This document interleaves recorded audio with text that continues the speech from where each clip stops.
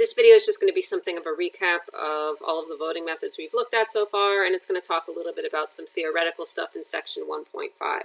So the voting methods that we looked at in this chapter, first we saw plurality, and then we saw these kind of subcategories of plurality, runoff, and head-to-head comparisons. So these were both calculated in a similar way, and they both kind of rely on looking at who the most preferred choice is, which is something we would see in plurality, and that's who the votes go to. Then we saw Borders method, which is dependent on preference rankings, and then we saw approval voting. Now, something interesting about what we've learned that applies to your life, assuming most of you are from New York City is going to be getting ranked choice voting in 2021, and ranked choice voting is like a mix of Borders method and approval voting. There's going to be a link to this article in the video description, so just if you want to check that out.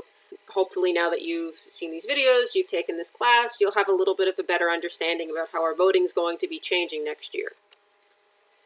Now, what 1.5 talks about is something called Arrows and Possibility Theorem, or the search for an ideal voting system. Arrows and Possibility Theorem says that there's no voting method based on rankings, meaning preference rankings, that satisfies all of the following properties. And in the next slide, we'll talk about what these properties are. So the four properties we have, the first one is universal domain. This means you're allowed to order the candidates any way you want. So we haven't looked at any voting methods that don't allow this, but there are other ones where there may be restrictions. The next condition is Pareto optimality.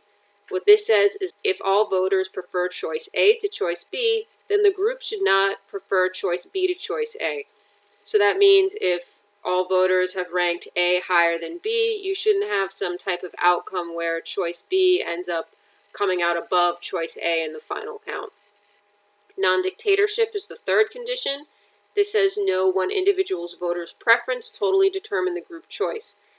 Again, that's not anything we saw come up with any of the voting methods we looked at, but if you're familiar with, there may be some situations where, let's say, we're dealing with shareholders and they're having a meeting, shareholders are having a vote about some policy that the corporation is going to enact, and one person is a majority shareholder, meaning they own more than half of the shares of the company, and they have, let's say, 51% of the vote because they own more of the business.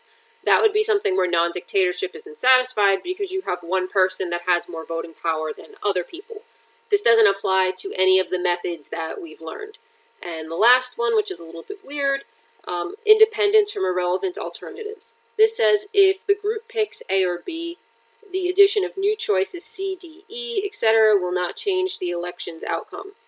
It can be difficult not to violate this sometimes because you don't know if you find a new candidate, if everybody may prefer that candidate over the candidates that you already have, and it could very well change the election's outcome if you throw in one or two new candidates.